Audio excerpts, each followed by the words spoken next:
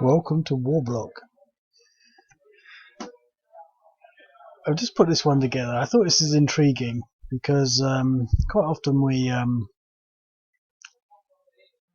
quite often this sort of operation is something that I would do in Africa. For example, fighting against the Boko Haram and similar entities. I just realised that the G5 have put forward a new task force. I don't know how that differs from the other ones, but I was reading about it and it seemed quite interesting. So maybe I have to get my head around that. But this is interesting as well. Interesting for a few reasons. I mean, the first off is the Southfront article. It sort of sold it to me to some extent, because it says hundreds of fighters and 120 military vehicles. Well, I think if each military vehicle has, say, at least 4 people, that would be 480. And you could maybe say they've got maybe 5 or 6. So you're getting into sort of 600 sort of odd. And because they're sort of more irregular, you can knock their numbers down. I usually have 200 per company, so I've given them 4 companies.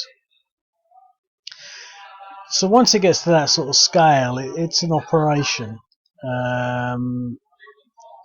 but it's still not a big operation. And they're basically looking for Islamic State members in the South Deir Ezzor area between Al-Bukamal and Al-Mayadin. So that's between here and the desert. So basically they're in here. And I think the most interesting thing is, in the first instance, to sort of say, well, where do you start? Now, I was going to put in some hills. I was going to put in some hills and say, maybe to give you a clue, and maybe put some, like I do in Turkey, like I do in the northern Iraq one when it's Turkey doing this. Put in some hideouts and some things so that you can got some sort of focus to work from. But I decided not to, really, because it is, unlike one of the other ones I did where I could form a chain and do things fairly methodically. There's no way. There's just this massive desert. There's nothing there. I mean, how are you supposed to find ISIS there? And more in particular, this has always struck me about the whole Middle East thing. I can see it being working quite well in, say, Vietnam or even Korea, but Vietnam, where you had, say, Charlie in the jungle, because there's lots of places that you can hide in the jungle. You're not going to see anyone until you're almost in eye contact. But in the desert, there's just nowhere to hide. I mean, what are they doing? Hiding under rocks? I mean, how can ISIS hide in this desert? There's nothing there. So we're already learning quite a lot, really, about what they're doing and almost to some extent the problems that they're going to be having. I mean, there they are. Well, where are you going to go? What are you going to drive up towards this sort of nondescript horizon? And the other thing that's also important, I haven't mentioned yet, is that these are actually Iranian-backed forces. So they're Iranian-backed forces, and they are Liwa Fatemiyoun. And I looked through my records because I've done so much of this stuff. And I actually had some Liwa Fatemiyoun units. I didn't have any regulars. I had only the infantry because it was from a long time ago. But I kind of like it like that when I've done so much that I've got all these units, in the folders, on the computer. And they're not just making these names up. This unit was around at least 3 or 4 years ago. Maybe, probably 2, 3, 4 years ago. So there they are. So they're Iranian-backed, and I find that quite interesting because obviously the Iranians don't have a good name according to the West, and in particular they don't have a good name according to the West in Syria. I mean, they're in Iraq, but Syria is a slightly different situation. and and they're clearly not friends with Israel, and it always strikes me that how readily Israel just blows up anything Iranian in Syria. It's like, do these countries not have rights along those lines? And again and again, Israel does this, and they don't retaliate really. You would expect them to maybe just use that as a casus belli, but they don't. Even Hezbollah in Lebanon are sort of almost similarly cowed, and I don't fully understand it really. Because Israel are really, being quite protagonistic about just about everything. But that's not what I'm trying to talk about, and I'm not trying to be judgmental. It just seems to me that, as a matter of fact, Israel is striking a lot of Iranian targets without really Iran saying we're going to declare war on you or something like that, which is what you might expect. If they're doing it in a sovereign state. I mean, presumably the Iranians have the right to be running around in Syria if they've got permission to do that. But here they are attacking ISIS and taking ISIS out, and so it's an interesting scenario. And so what you've got to sort of consider, I think, is how they're going to go about doing it. And there isn't really, so I'm just going to sit here and perhaps. Now the thing is, one thing I would do if I was playing this properly, and I'm not because I'm in the relaxed position, is I would probably print out the map so that I knew where I'd been. Now, I'm not sure how to play this because I know where some of them are. Now I don't know where they are, and I'm not going to say I know where they are because they are random, they're on there randomly. But there's two sort of blocks. They're out here somewhere.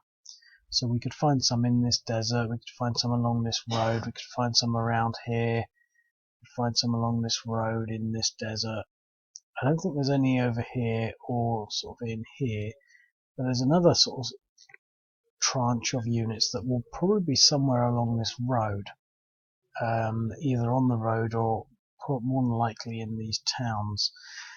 And I'm only saying this because our intelligence has given us some idea of where they are. So probably they're hiding arms and ammunition, they're training in this desert, but they probably live and sleep more in the villages and towns, in this area. Maybe there are smaller villages or whatever. So we've probably got an idea that there's some along here and there's some out here. And so we've got some initial intelligence, but how to deal with that, I don't know. And then what I'm thinking is we might just drive along this road. Now, the one thing I learned from the Boko Haram one, and that's not something that maybe these units should say they have learned from, is there is benefits to keeping units together, because if you suddenly come against a lot of these ISIS units, you're going to get attacked. But we're not very strong, so I have actually given them 1-2-6 to give them some strength. So if ISIS do attack, they're only going to be getting a 2-1. Because they are irregulars, but the ISIS already won 1-3, so we will get a 5-1 against them, demonstrating our superiority because we've got the armored. Well, we're geared up for it presumably. But what I'm going to do, I think, is I'm going to drive along this road, and then these guys are going to drive down this track. So we're going to drive down this road, and then we're going to sort of somehow come across here. I don't know how we're going to do it, but I'm going to keep them together. So I guess the first thing really is there going to be anyone in Al Jalam? And there is. Well, what do you know?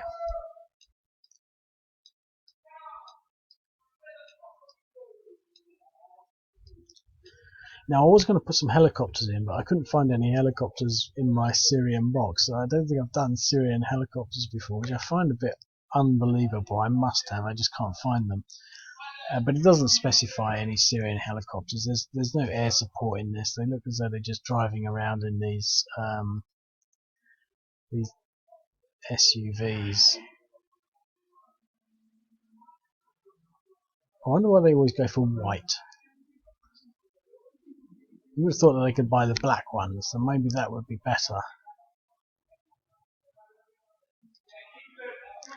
We're going to have to attack. We don't need 2 units, but we might as well.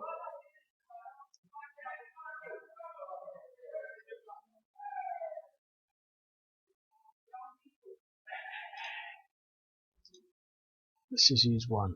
5-1 DE. But we've got the other unit that can now follow in. We want to be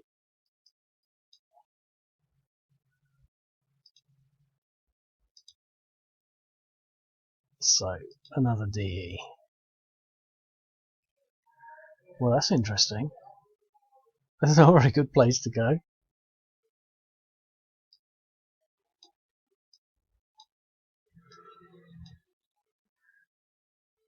That's interesting. So that's the situation there, and I can almost see the strategic implications of this. And, you know, when you focus on it, you can say, well, this could be a newsworthy item, because we found them in Al Jala. We engaged them just to the northwest of Al Jala. We forced them to retreat into a meander along the whatever this river is. It's a really famous. I can't remember it. The River Tigris, I think. We should put a name on it. So that's it. We had a fantastic first move there. I don't know what to do with these units, because I think we really want to be trying this place. I sort of said I would go down this track, so I'm going to do that.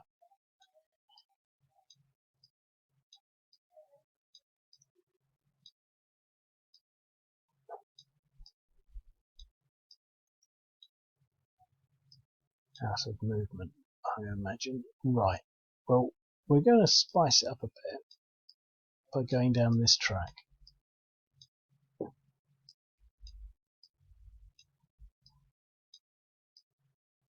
One thing that interests me about this game is it's about as near as to AI as you can get, because I don't know. I'm playing a game that has a dimension that I don't control, that is playable.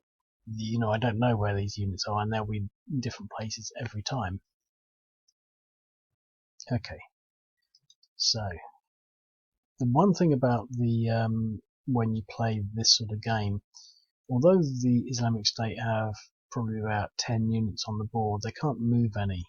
So it's not as though you can say, oh, okay, I'm going to reveal where I am. It's not as though there's that sort of rule, which is a bit, you know, it'd be nice if there was. Maybe I could do a pop-up down here so we can put all the units that are actually on the board, and if you really want to say, okay, I'm just going to play this counter, instead of waiting for them to be found, then you could.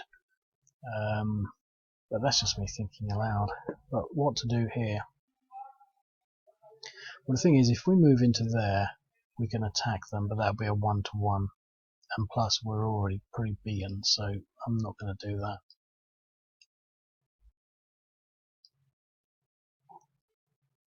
The only thing this means...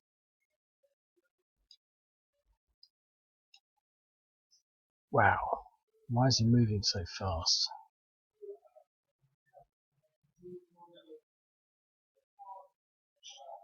Is he's going to die later? That's what I'm... Right, so, next turn.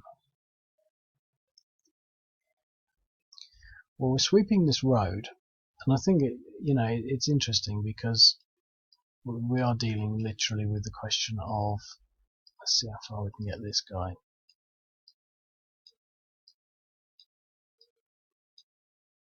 Oh, we've got some more.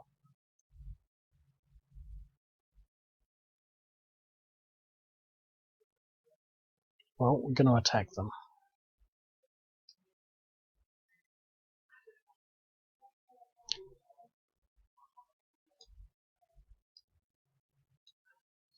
we're going to go for 5-1 because it gives me a little more flexibility.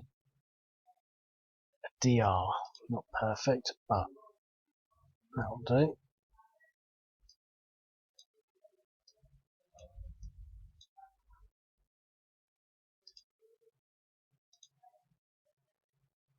And another DR. So they're in fairly good shape. We could have got a couple of DEs there. Here, obviously we want to target that one. But obviously we've also got the risk of running into more insurgents, but we should be able to destroy him. Yes. Let's see whether there's anything in Al. No.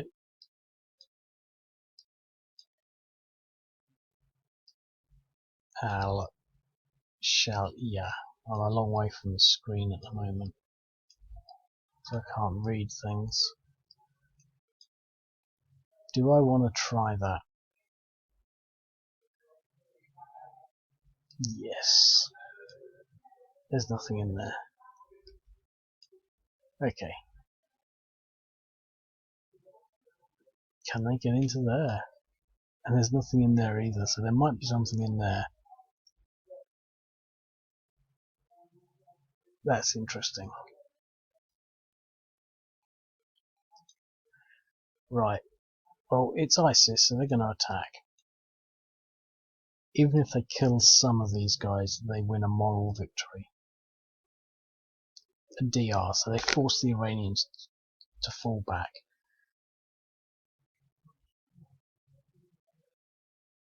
But they've got no more movement.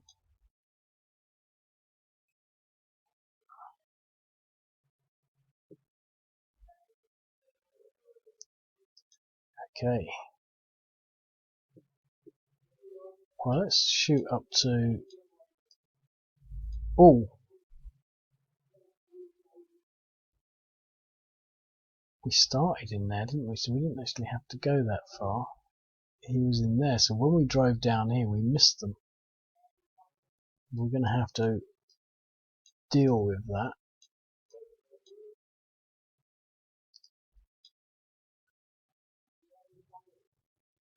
They're actually entrenched, aren't they? I should try and do something about that, because I don't want them being entrenched. Because they're entrenched, I'm going to use both of them, just to knock him out. Even with him being entrenched, it was only a 6-1. But now that he's out of his entrenchments, it should be a lot easier to attack.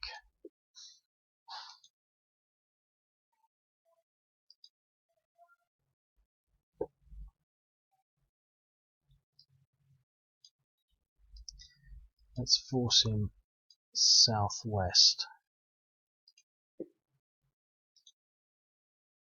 Routed. And let's destroy this unit.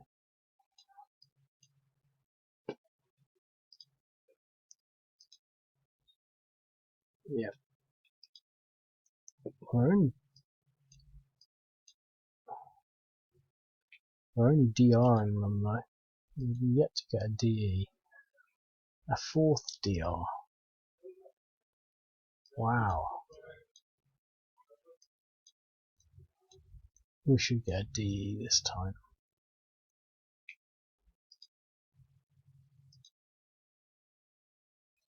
Another DR.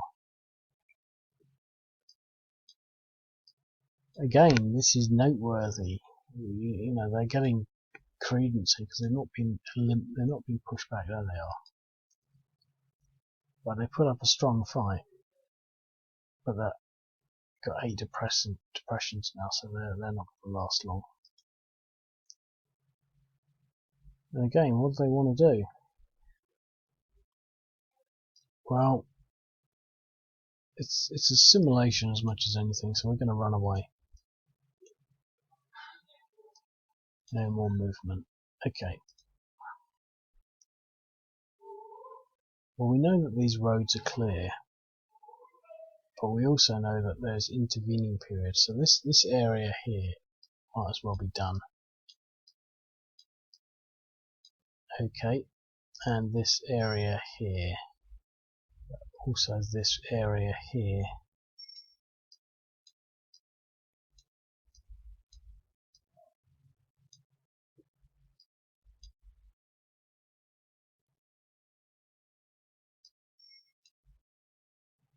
Okay, so we know there's nothing in this sort of area, but we did miss that. So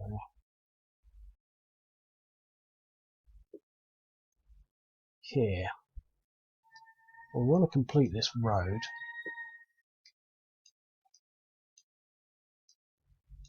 So there's no one down there.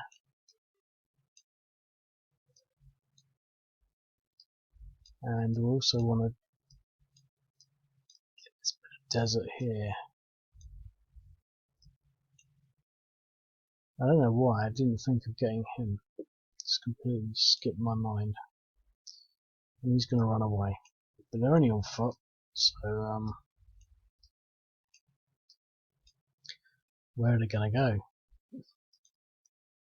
They don't have any bases left anymore. Okay, well, we might as well follow him along this road. Should get a DE on this. Yep. Sorry, I mean, we should get a route on this. Okay.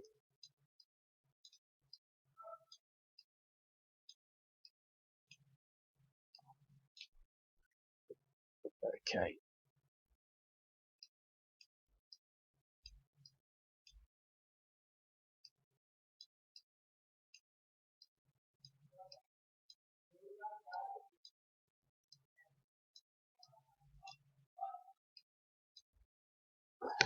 Okay. Well, there's no Islamic State turn because there's no units, so we're back onto this.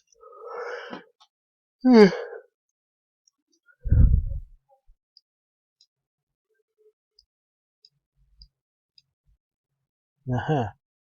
Oh, look at that. There's two of them. I think we should call in for support.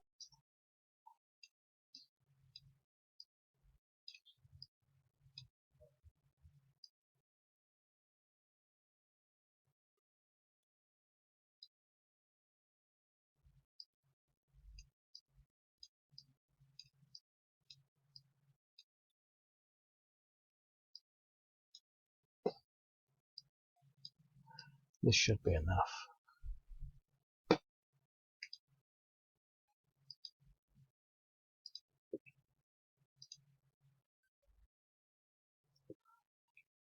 Drove them back. Oh, they've gone in different directions, which is convenient because we can now just do one-on-one attacks, 5-to-1, so we push them back. So this is an epic battle in the middle of the South Deir Ezzor desert.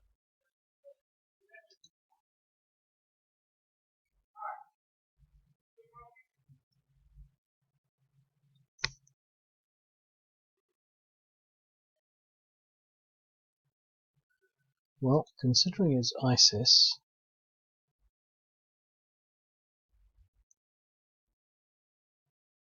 I think we've got to attack. Is it normal depression? So he's at 1. So I'd like to attack him.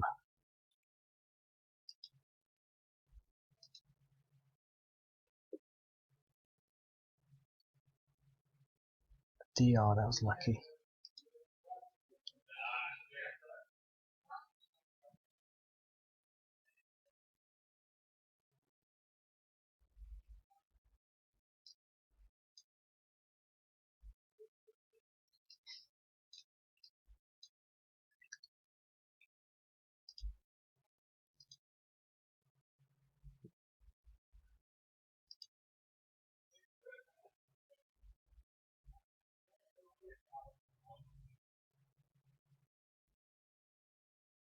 So the Liwa Fatemiyoun units have had their nose broken. They have a bloodied nose. Nothing is free. Nothing comes without the ultimate price of death. When people have machine guns, they're dangerous. It's interesting, actually. Obviously, I focus a lot on this sort of stuff because it's what is called modern war.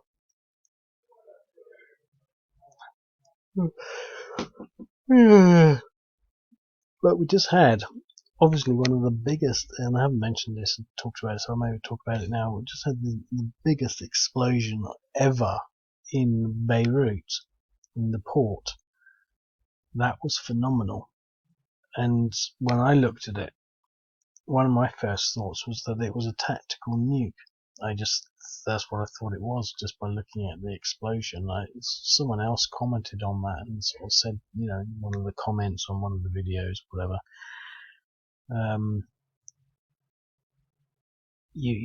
But regardless of what it was, I think that it's symbolic of what real modern warfare would look like. And I've always been slightly aware of that. These are all sort of proxy wars, and they're all being suitably fought by people that are not particularly well armed.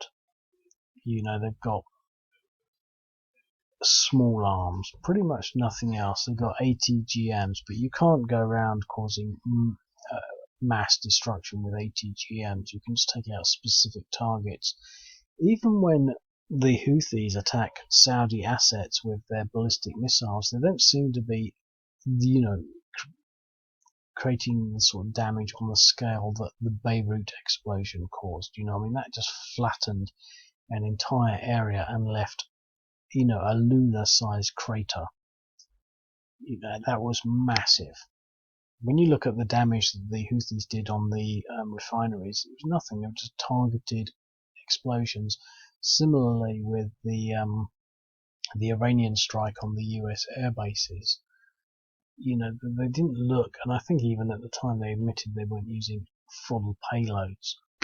But that Beirut explosion, they say it was an accident because they were restoring nitrite fertilizer for too long, and it becomes solidified or whatever. I still don't necessarily believe everything that they're saying about it. That's just because you expect people to lie. So the question is, is it true? Oh look, I haven't put the bridges in that. No bridge. I'll have to do that. But so the point is that, what was it? Well, that's the sort of thing I was moving on to. Personally, what I think it was a Hezbollah arms dump. I just think that, to be quite honest, I don't know the situation very well. I can never remember anything anyway. But I get the feeling that Hezbollah is like a shadow government in Lebanon. I might be completely wrong on this, but they run a lot of things, and the Lebanon government tolerates them, because they couldn't really fight them, and they're pretty advanced, but they've got to be keeping things somewhere.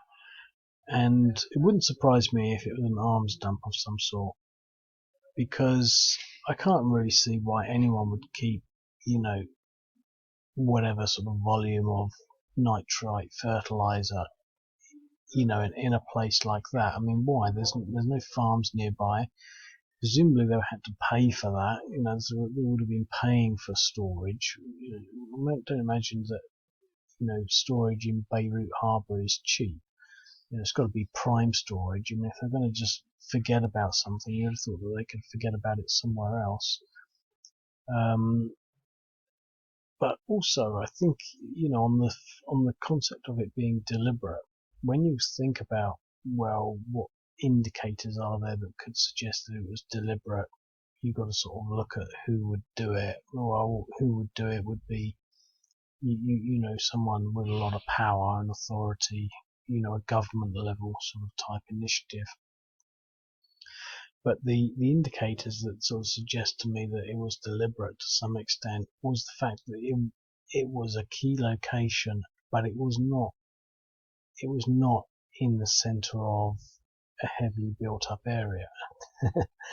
That is got to be an ironic thing to say, because obviously a lot of people are now homeless. I think 300,000 people are homeless because the blast took out all the glass frontage on all the properties. But the thing is, it didn't destroy all those buildings. I'm pretty sure they'll be able to put in the glass again. I'm not trying to belittle it, but what I'm trying to say is it was a key location in a sort of fairly central place that was relatively safe. It might look more suspicious if it happened somewhere really safe. And plus you've got to think, well, these people are probably opportunists, whoever would do something like this or consider doing something like that. So they probably thought, hang on, we've got all this stuff here, and the way they do it is not just sort of, they might not even had an operative, do something like that. And that might sound a bit odd here, but there are higher level things. It could have been someone just happened to do something that just happened to cause this, and you think, well, these coincidences are pretty bizarre, and then you've got to start questioning the existence of God. When they say something is divine intervention, it doesn't necessarily mean that it's unworldly anymore. The connection between man and the greater spirituality of everything isn't so black and white. So what I'm saying is there could be a lot of reasons why that explosion happened where it did, but the reason I'm mentioning it is because essentially that is true warfare. That is what modern warfare is capable of doing. So if you were to sort of think about that, sort of small tactical nuclear weapons being thrown off left, right and centre, if you were to consider, and you take that footprint of the Beirut explosion and you overlay it anywhere else you want, when you overlay it in the situation it is, it pretty much just wipes out a bunch of warehouses. A lot of people died, and I think the number's going to go much higher than 130. There's just going to be people that just simply were not known to be where they were. But if you were to consider those things landing in Jerusalem, or landing in Aleppo, or landing in Baghdad, the amount of damage is just unprecedented, and that is basically the scope of modern war. So a lot of people sort of, the thing is, I think I get a bad rap because I'm studying modern war, so it's not modern peace.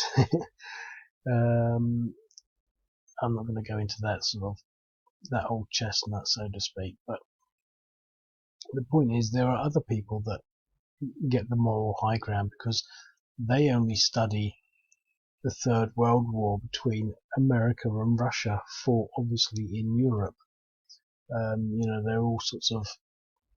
They're always contemplating, the American might versus the Russian might, obviously across the European sort of landscape.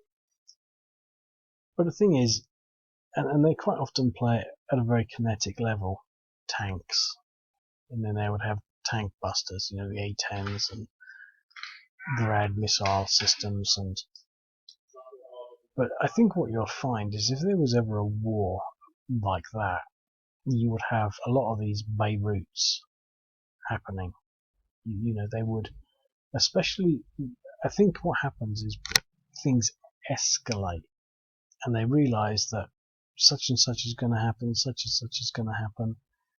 And before you realize it, they find that they've got no choice but to completely level certain places. And that is one of the things that differentiates modern warfare from the Second World War.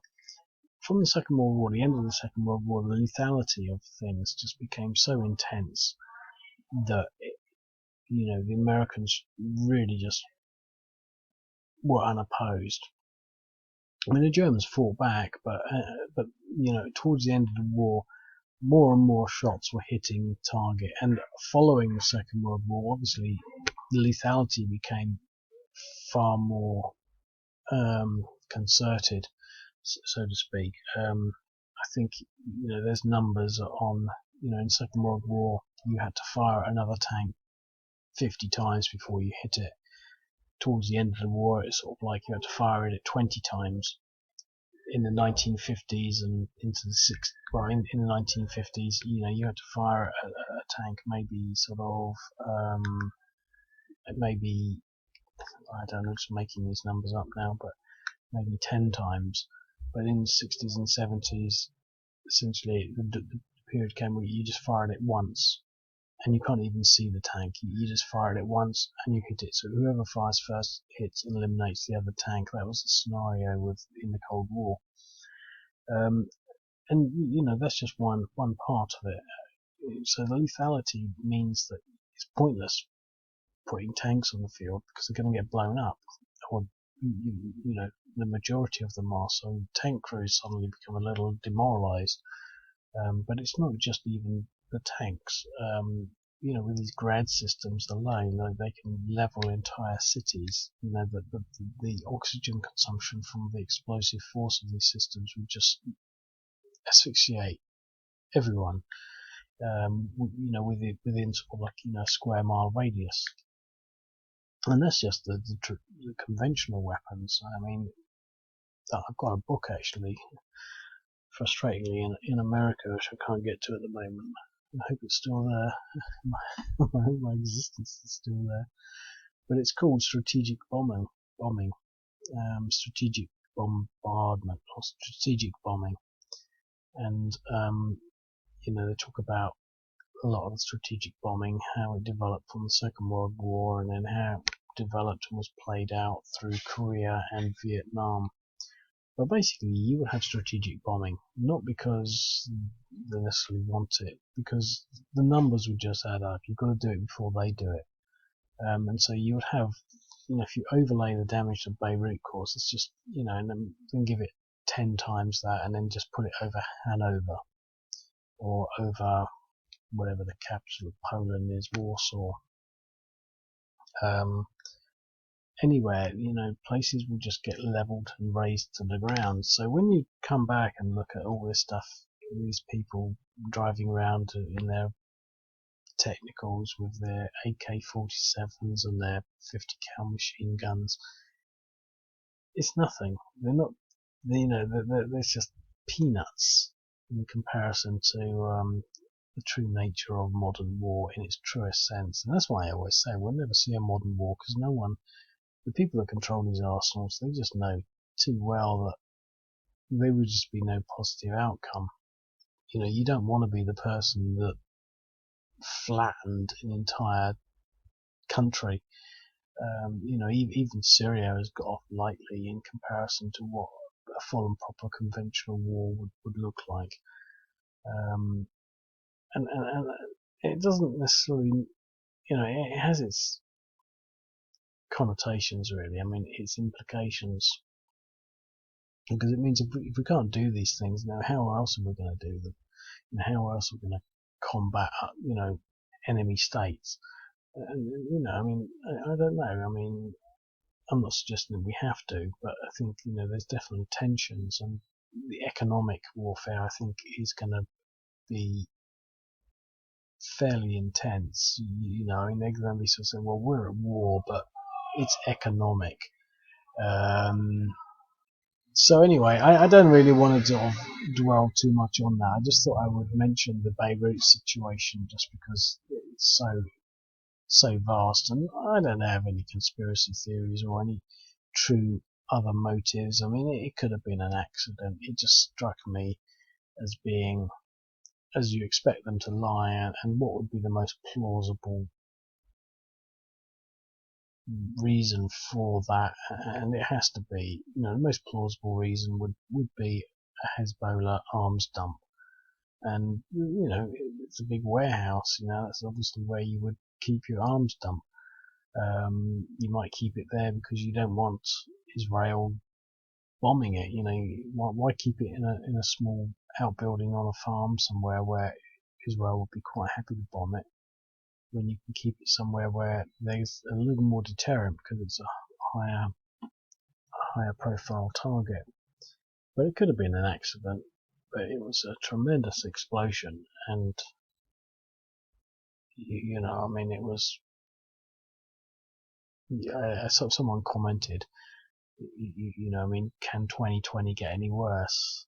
And I mean, I think they got off lightly. I mean, the grain silos withheld a lot of the blast. I'm not sure whether they were significant, but there seemed to be a lot more high-rise buildings in that direction. So the grain silos were a blessing in disguise, so to speak. But yeah. So anyway, I'm gonna upload this, and I'll speak to you later. Cheerio.